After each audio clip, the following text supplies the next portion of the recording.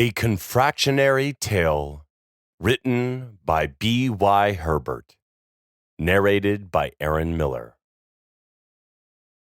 In the chaos of Ellie Ketterman's Sunday morning, there was one detail of which she was certain. The confractionary appeared only after Ellie ate 9 candy bars and split herself in half. One moment before the 9th Butter Buddy wrapper fluttered onto Ellie's comforter, the creature was not there. A second later, as Ellie crammed the last candy bar in her mouth, it stood centered on the plush rug of her toy-cluttered bedroom. Between those two moments was an even stranger one, where Ellie swore she had been pulled in opposite directions with the sounds of a balloon animal being twisted into segments. The creature's skin glittered the vibrant pink of the Valentine's Day cookies Ellie stole from her parents 3 months ago. Its nose shone the blue of the buttercream biscuits she guilted her mother into making last week, and its teeth were the sort of jumbled mess that Ellie's dentist had dutifully warned her about. When the creature's egg-shaped eyes landed on Ellie, it spoke in a voice that was identical to hers, except for a vague stickiness. Before you say anything, I'll remind you of the questions you've been asking yourself for years, the creature said as it folded its gooey arms over its chest.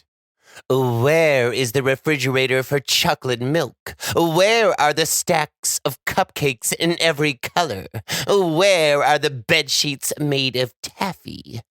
Nowhere, and nowhere will not do. While most children would have been stunned, Ellie hopped off her bed, walked up to the creature, and jabbed it in the tummy with an index finger. What are you doing in my room? She inspected her hand and found a glob of pink frosting congealed on her fingertip. And what are you? What am I? The creature held a hand to its chest. I'm you, or rather, I'm the fraction of you that loves candy. Scholars call me the Confractionary, but you may call me smart. Dissatisfied with that answer, Ellie stomped into her supposed timeout space, a corner of the bedroom with a 60-inch television and a Fun Terminal 4-game console. Normally, she avoided even coming close to the video game console. It wasn't that she didn't like playing video games, it's just that she had been warned repeatedly by her grandmother that they would rot her brain. So you're part of me. Always and forever. But please wipe that look from your face. Children always gawk at me like I'm a monster. I'm not. I come to those needing help, and anyone eating 9 candy bars needs a great deal of help. Ellie's gaze lowered partly from confusion and partly from the guilt that someone witnessed her stealing for the first time in her 8 years on Earth. She'd been crafty with her ruses and cover-ups. Last week, she'd broken her parents' bathroom cabinet door and suffered not even a suspicious look from them. She'd even intentionally destroyed a dozen of Grandma's homemade blankets, and neither parent accused Ellie of malicious intent. Now someone or something had finally caught her. Still, she wasn't going to give a straightforward apology because Ellie's one-minded drive to get whatever she wanted kept her safe. It left her feeling strong, perhaps even unbreakable. I shouldn't have taken those candy bars, I guess. Shouldn't have. Oh, you misunderstand. The creature tutted its tongue as it surveyed the rows of birthday cards covering the walls. Every year, Ellie had received one from each parent, and every year they grew more magnificent until the end of the row. This year, when her father's card gleamed with golden flake lettering and her mother's flaunted real ivory for the birthday walrus tusks.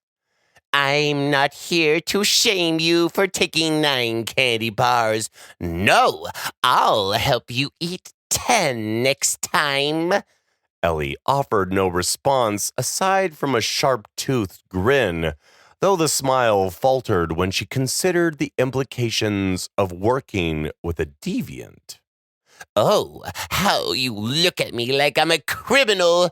I'm not that either. Consider me a friend who's watched you for years.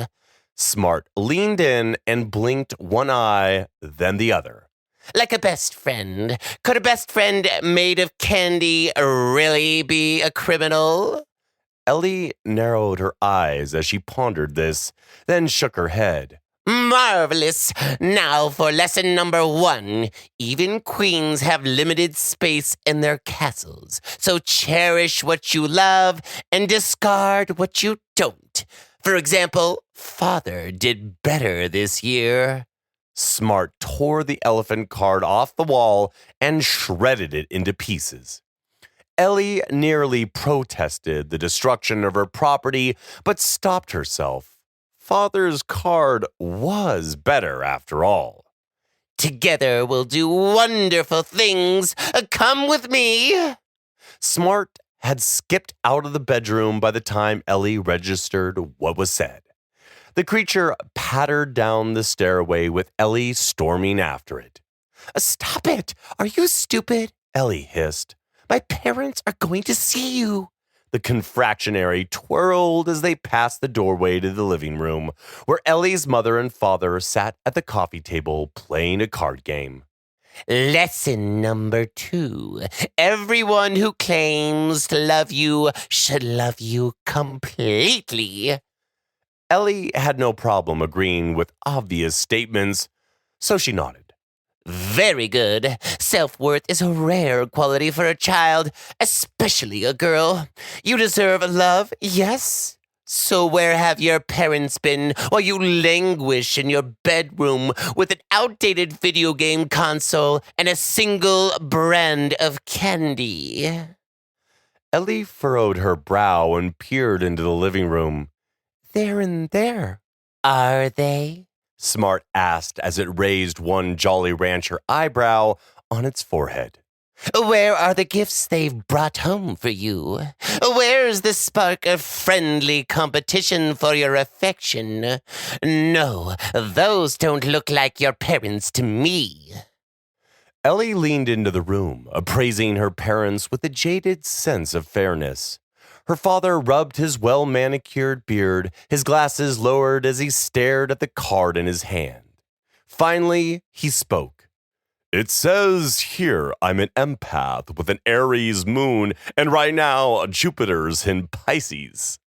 Ellie's mother gasped and brought her thin hands to her full, red lips. Darius, is that why you forgot to take the trash to the dump and then ate all my ice cream? Darius shrugged his broad shoulders and nodded thoughtfully. Must be, Angie. There's no other explanation for it. Oh, Darius, I love it when you're spiritual and mysterious. Angie leaned in and embraced Darius until their lips met. Together, they rocked against the only one of Grandma's hand-knitted blankets to have survived Ellie's childhood, the one with the word love stitched at its center and a mosaic of family pictures hand-sewn into each square. Ellie darted out of view as Smart spoke again. What's happened to them? Why are they so happy together? They went to therapy. Ellie crossed her arms and glared at the floor. Ooh, physical therapy? The creature gasped and took a quick step away. No, couples therapy. Smart leaned forward and bared its broken teeth. That's even worse. It spun and marched down the long hallway, plastered with dozens of Ellie's portraits.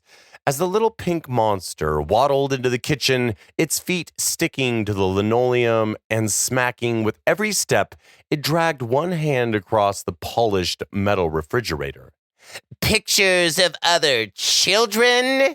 It said as magnetic photos of cousins and friends showered to the floor in a skittering, clattering cacophony. Ellie grinned even wider than before. They were pictures of other children after all, and why would other children have a place in Ellie's kitchen? Ellie, my love, her mother called. My dearest Ellie, her father yelled. The two sets of footsteps rushed into the kitchen as Ellie's parents skidded to a stop and stared down at her. When Ellie looked backward in a panic, she found the confractionary had vanished. My sweetest girl, said her mother. My most precious, said her father. Then, as their old manner of speaking stopped, the new behavior started. Instead of showering Ellie with kisses, smothering her in hugs, or offering alternating promises of larger toys or day trips of escalating grandeur, they pulled one another close and nodded as if in unspoken solidarity. Where once they had been best friends with Ellie, now they reminded Ellie of a brick wall, blocking her from all the goodness in life. They reminded her now of her grandmother. Ellie, they said together, looking into each other's eyes and gesturing as if to say, no, after you. Ellie didn't bother hiding her disgust. Her mother took the opportunity. Ellie, sweetie, what happened?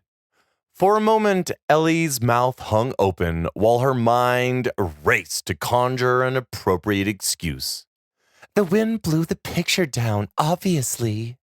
When a sufficiently long pause followed, unbreakable Ellie still refused to concede anything and added for good measure, Sorry, but it's not like I can control the weather, Mom. Her father rubbed his chin suspiciously.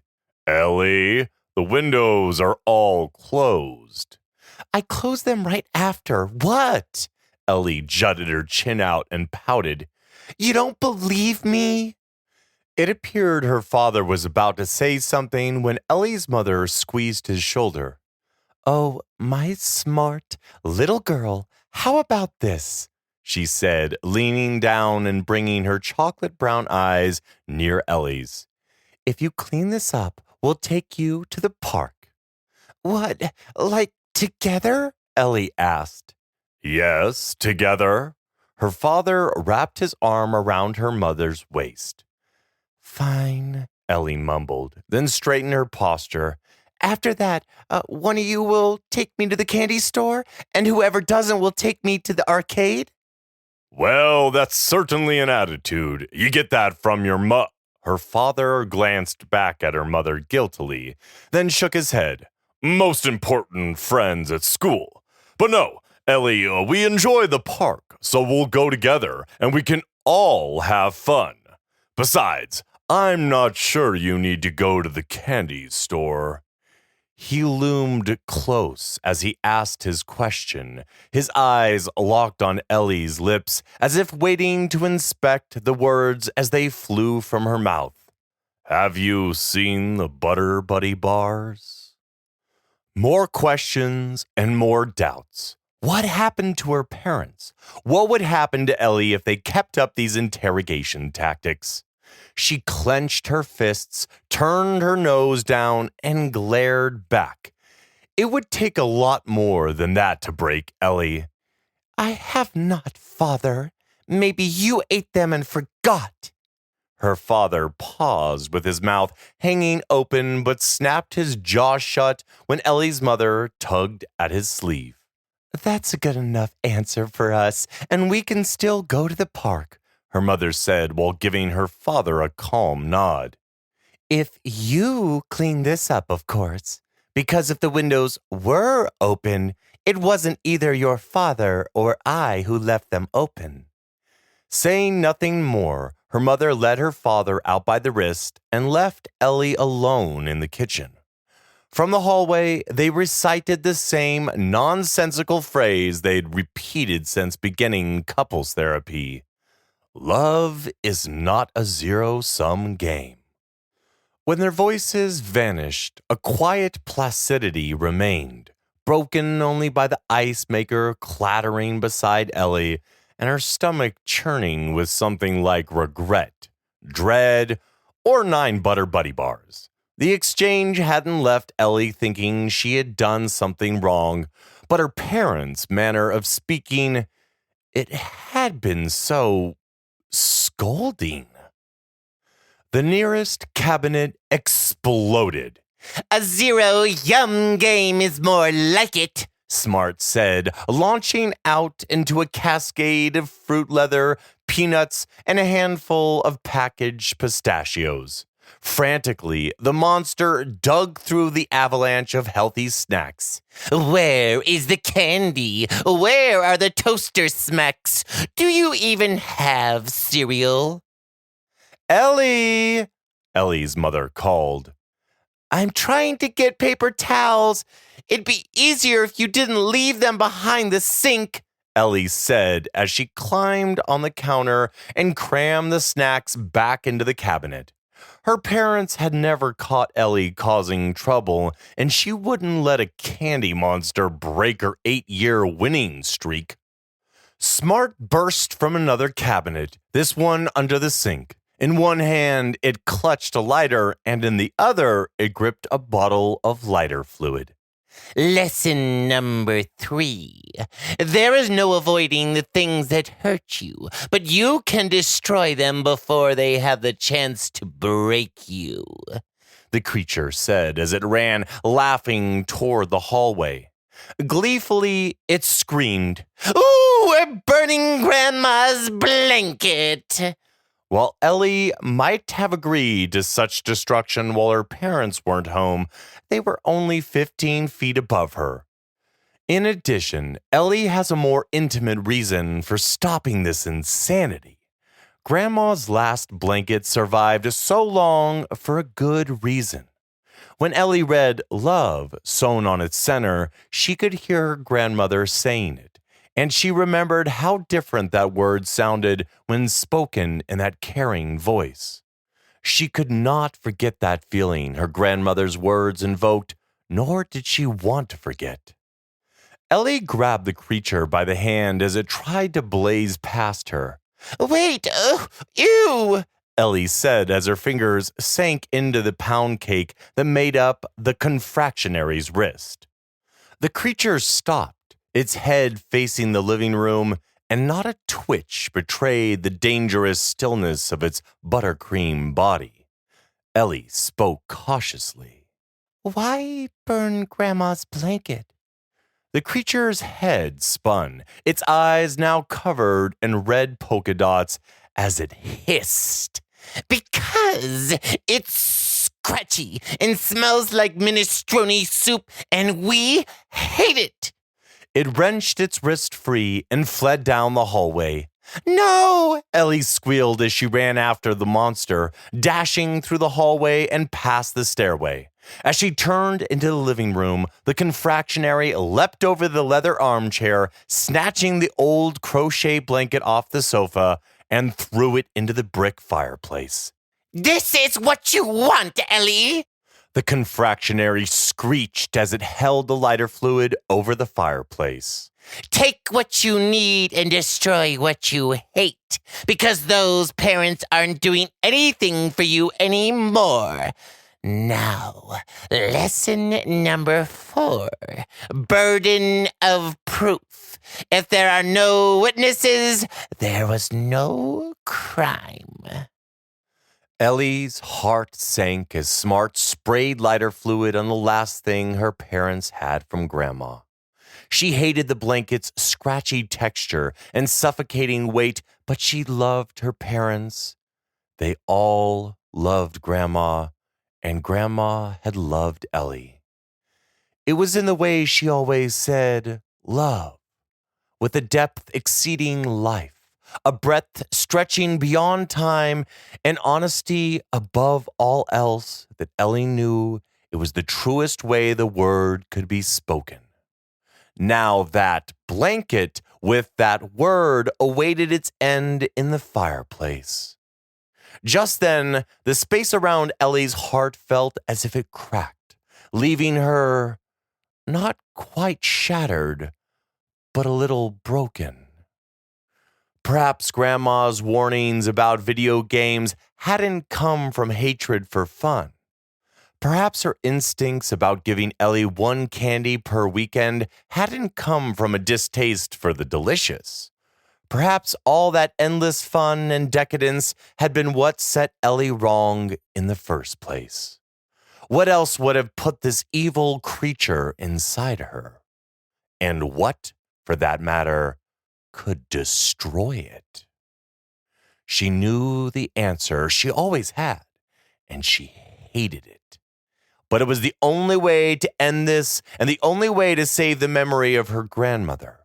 Her ceaseless drive to take from others had left her insides hard and brittle as the confractionary, and to remake her own brittle heart, Ellie understood she needed to break it first.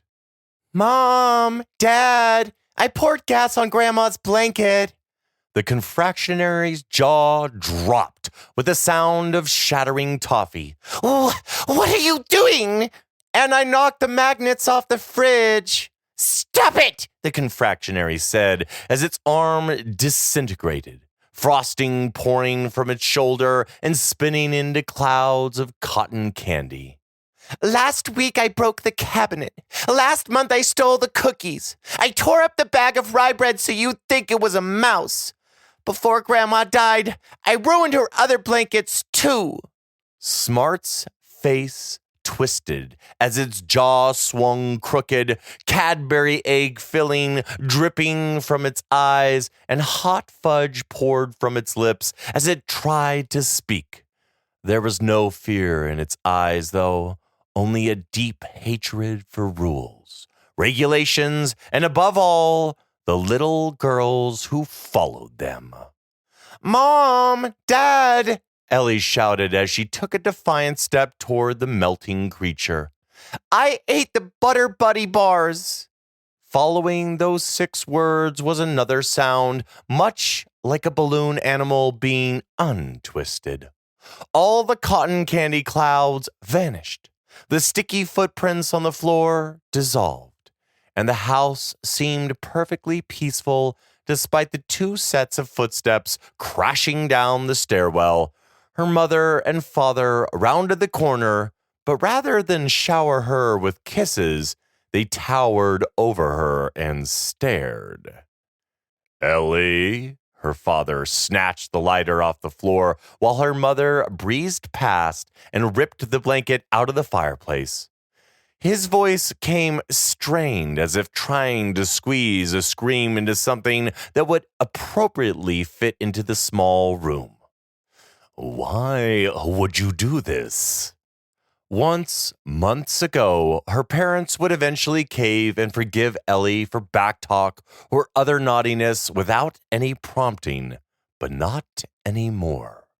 She considered telling them about Smart, but weighed this against her history of unpunished thieving, swindling, and sabotage. Thinking about it, she couldn't remember all the big lies, let alone the little ones. If taking ownership of today's misdeeds would offset the others even a little, then Ellie would do so. I don't like the blanket because it's scratchy and smells like soup. I swung from the cabinets because it was fun, and I don't like rye bread because it's gross. There was another pause as her parents glanced at each other. Ellie squeezed her eyes shut, waiting for something new, something foreign, perhaps beatings or torture or whatever adults learned in couples therapy. Instead, they did what Ellie least expected.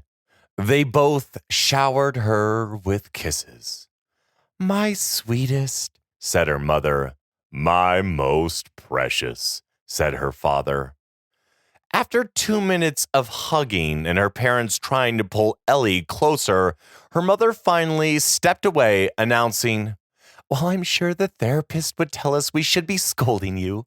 I think we all know this mess is her fault anyways. As I've always told your father, we can't punish you for acting out when you have a good reason to." Her father crossed his arms. We're sorry, love bug. We know how important these extra hours on the weekend have been for you, and like your mother, you're clearly stubborn about keeping them. So it's decided. Her mother gave an affirmatory smile. We'll stop couples therapy. We're in a good place anyway. Those 2 hours belong to you, my sweetest. Ellie paused to absorb this, relishing that familiar sweetness of satisfied expectation. For whatever Ellie desired, Ellie obtained. The world felt right once more, and while this spread a grin across her face, the sight in the mirror froze her in place. Ellie's reflection appeared smugly satisfied, devious even, her purple dress frilled at the knees and puffed at the shoulders. She had her mother's chocolate eyes, a hint of her father's chocolate-colored skin, and actual chocolate smeared around the lips. She furrowed her brow. How had her parents missed the chocolate on her face from the Butter Buddy bars? It was right there, caked around her cheeks. For that matter, how could they believe the wind knocked the magnets off the fridge when the windows couldn't open? How did they believe Ellie ran into their cabinet door after it swung into the hallway? That door couldn't swing into the hallway.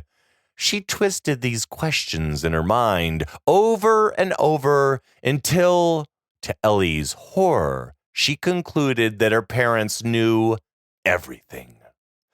In all likelihood, they had known the entire time. Ellie had not gotten away with her misdeeds because of cleverness. She had avoided punishment because of malignant forgiveness. As her mother swooped in again and both parents hugged her, she suddenly understood. By the way their arms writhed and squeezed, they weren't trying to hug her tighter. They were trying, perhaps unconsciously, to pull her away from one another. Ellie frowned at the realization that her parents' competition might not be so friendly. A voice spoke in Ellie's mind. It was a stickier version of her own. Much like needing a mirror to find a smear of chocolate on your lips, sometimes your mind needs reflections too. Sometimes they say you need something broken on the inside before you can see what's broken on the outside. Her mother interrupted the voice. Why don't we skip the park? I'll take you to the candy store instead, and it'll be the best time. Her father gave her mother an appalled expression and then spun his gaze directly to Ellie. After that, I'll take you to the arcade for an even better time. There was something sticky in their words, too, and Ellie, for the first time in her life, decided to take action in the name of decency. I'd rather go to the park with both of you, but first I want to clean Grandma's blanket, she said firmly. Oh, nonsense, her mother said, balling the old blanket up and throwing it into the living room trash bin. It's covered in lighter fluid, and that's not safe.